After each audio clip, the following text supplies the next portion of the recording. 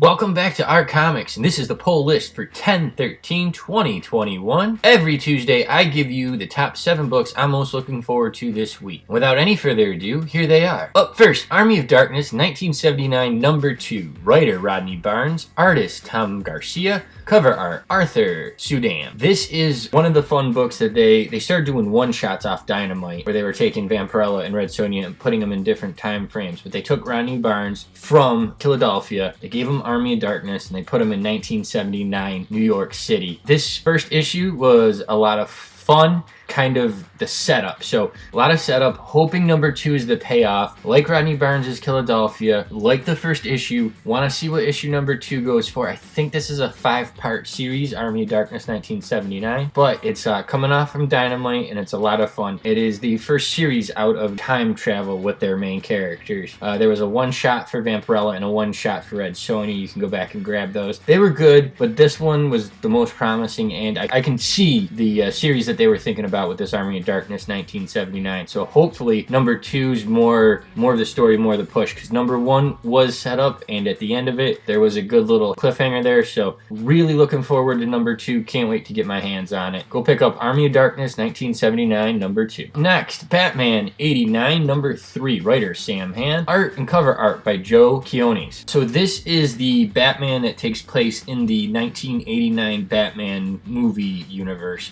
So this is the Michael Keaton Batman that you saw on screen, and this is the world that it lives in. Harvey Dent is in there, and it's focusing more on Harvey Dent, and we're kind of setting up to the Two-Face storyline that could have happened in the Batman 89 universe if Burton came back for a third one. But Batman 89 has been fun, a little uneven, but has been a very fun series. I look forward to these books every time. I do very much love the Batman 89 movie, and that book gives you that nostalgia flavors, and a good read. I mean, if you just want a pretty light and easy Batman story, Batman 89 is a good place to get it. Up next is Black Hammer Reborn number 4. Writer Jeff Lemire, artist Caitlin Yarsky, cover art Dave Johnson. So this is 20 years in the future from the original Black Hammer books. Lucy's now aged, and she's kind of a mess right now. Her kid's kind of a mess right now, and she's just trying to, push life forward with following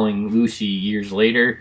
And I hope that it gets a little more into the action. It is a good book. It really deals with the realistics of if superheroes aged and they were allowed to have kids, and what problems would they have. Most of the big two, they don't let their characters get married, and if they do some sort of awful retcon, like, I don't know, Spider-Man or something like that. But this one is very interesting. Jeff Lemire is a very good writer, and he does a great job with character works, and this is one of them. I'm really enjoying Black Hammer Reborn, the series. This is number 4. Can't say enough about any of the Black Hammer stuff. If you are into superheroes and you're just looking for a super underrated superhero book, Black Hammer, any of the Black Hammers, go back. He's done a lot of Black Hammer series through Dark Horse. It's probably one of the better superhero universes, including the big two in that conversation. A lot of fun, so I would suggest Black Hammer Reborn number 4. Up next is Clear number 1. Writer Scott Snyder, art and cover art by Francis Manapul. This is very interesting. This is the second book in what Comixology or Scott Snyder is calling Scottober. The concept of this is that you can now connect to the internet neurologically. Always love that stuff. It's kind of got a newer look to it, got a hard-boiled type thing to it going on too, with a new age sci-fi technology type bend. Very interested in how this one goes. Like Scott Snyder, like Francis Manapul's art. Really hoping that this is a good one. Again, this is coming out through Comixology Originals, so if you subscribe to Comixology Unlimited, it is free. If not, I believe they are pricing them at $2.99. Like I said, if you have Comixology, you can borrow it for free or buy it with the discount that you get. I think it goes to like $2.79. Something around there. But I'm very excited to see how it goes. I have read There Are Demons, and I liked it. I did like it quite a bit, so I do want to see what Clear looks like. Very interested to see how the Scottober goes with Comixology. So definitely going to try to pick that one up digitally. I can't remember if they're going to release these physically, but you can at least get them digitally Tuesday through Comixology Unlimited. Up next, He Who Fights with Monsters, number 2.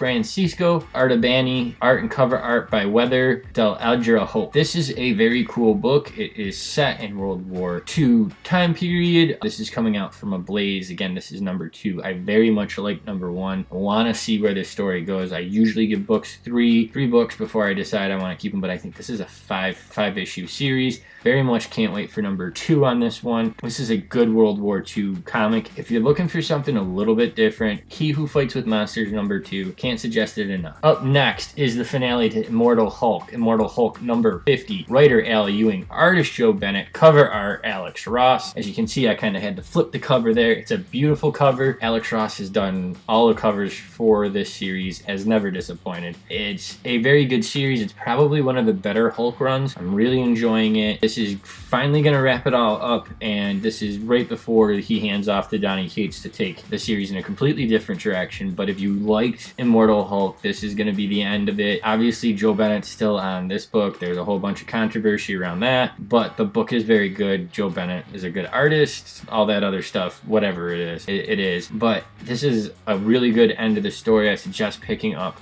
Immortal Hulk number 50 and complete your series run. This is a great run on the Immortal Hulk. Love the take on it. The first arc is probably my favorite arc out of the series. I mean, I want to say the first 12 are excellent. The rest of the series is very good too. Great Hulk run, great take on the Hulk. Can't suggest it enough. But if you want to finish it out right, Immortal Hulk number 50. Last but not least, Second Coming Only Begotten Son number 6. Writer Mark Russell. Artist Leonard Kirk. Some art and cover art by Richard Pace. This is what they're calling the season finale. Ahoy does all their comics in seasons. This is kind of an interesting take on Jesus, a Superman analog. And this one, Sheila, who is the analog for Lois, is going into labor because... So it's a very interesting, different take. Some of it's satirical. Some of it pokes fun at Superman. Some of it kind of pokes at religion. It is satirical, but it's not cruel. It is a good little ending to the season. I do like this season. I like the first season better. So that is Second Coming is the first season. This is Second Coming Only Begotten Son is the second season, as they call it, or the second arc, really. This is a good book, though. So I always like to support the Ahoy